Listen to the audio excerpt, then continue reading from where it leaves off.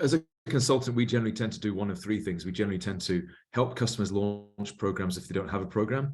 We help fix programs that are somehow broken or not working effectively. And the third of our work is doing general engagement with customers that's not really necessarily associated with loyalty, because, you know, every company needs to engage with their customers, and loyalty is just a method of doing that. And in fact, in the last 3 years, I've had at least 3 clients where we've proposed not having a loyalty strategy or not having a loyalty program, because they could get the benefits of loyalty without doing that.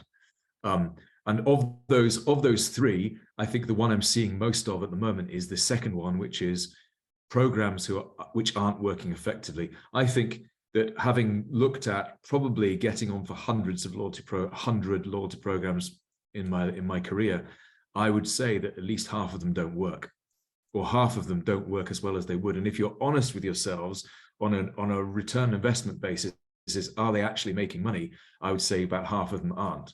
And so the last 12 months, we've been very much helping clients look at how they can make their existing loyalty strategies profitable and more effective. And I think that's definitely going to be the case for 2023, because with the cost pressures everyone's facing, giving away anything to customers has to be effective. Value and ease are going to be under question in 2023. So questions of, is your process easy enough? And do you give enough value to reflect the process people come in? Because people want programs to be easy and valuable.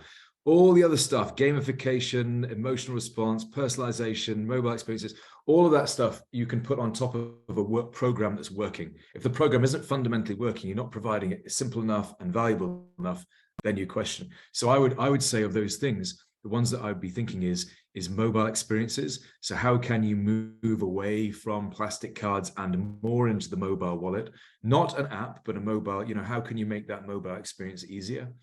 And I mean, I think they're the ones that will be dominating in 2023. So it's saying, how can we move away from the fact of having your own app for a small number of very engaged customers, to saying, how can I move to integrate more into the mobile wallets, where you're going to have more customers interacting more often, and how can I compete in that space rather than my own space?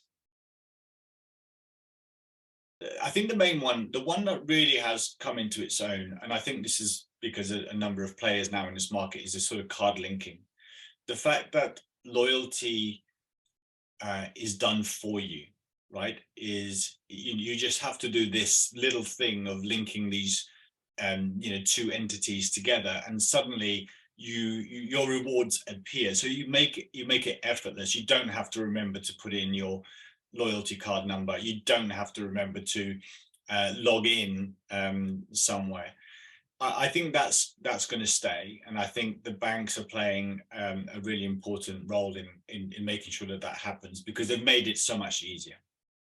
I think the personalization stuff, that's a given. I think that's always going to be around. I think loyalty is not an excuse for you to not be personal with your customers.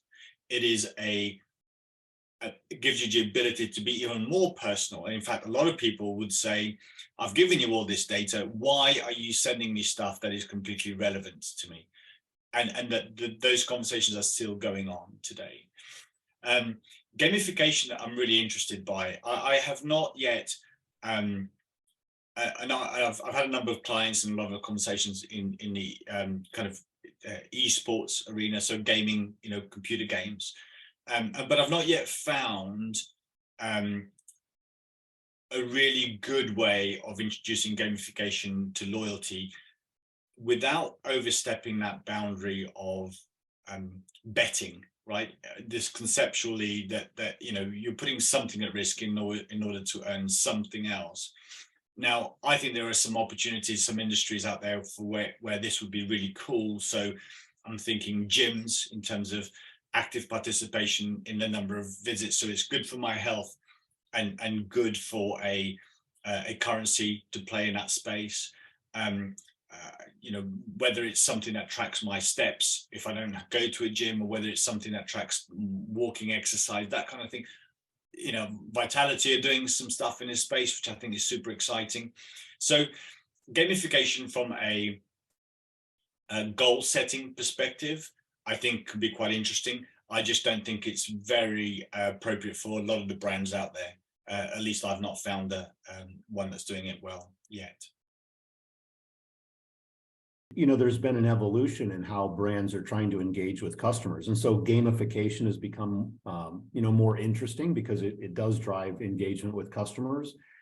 Card linking, you know, is also an important technology in many parts of the world where one payment network is quite dominant, which might be Visa or MasterCard or American Express, because the customer experience at retail is superior because the customer doesn't have to identify themselves at the point of sale if they're using card linking as the mechanism to identify the customer transaction with the partner.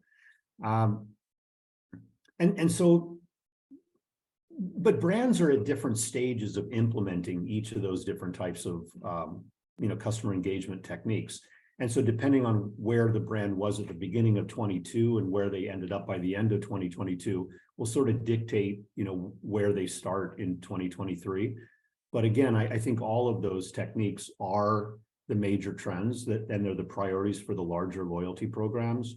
And so they'll all continue to be important. But on a brand by brand basis, it sort of depends on where they are today, what they'll focus on during the next 3, 6, or 12 months. I see the programs that are relevant for the member dominating.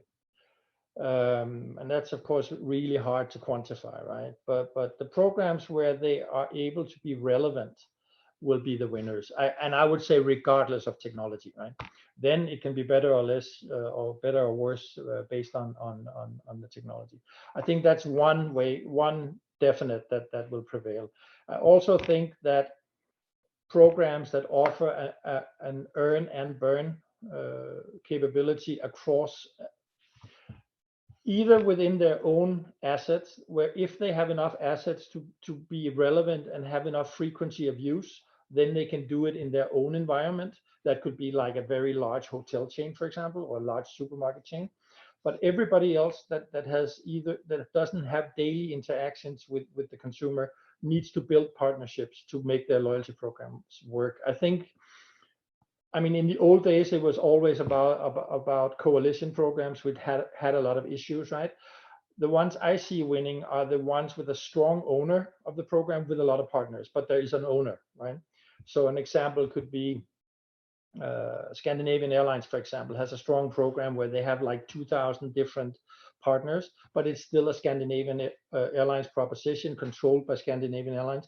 But because a lot of people don't fly very much, the infrequent flyers need other activities to engage with the program, right? So I see those programs winning on the short and long term. So in 2022, I think one of the major key trends we noticed that was very universally acknowledged and accepted was the need for the programs to go beyond its transactionality. I think it was a widespread acknowledgement that the programs ought to be personalized and that one size fits all, you know, is no more acceptable to the digital customer experience, digital customers of the modern era. That I believe would be the topmost trend we saw in 2022.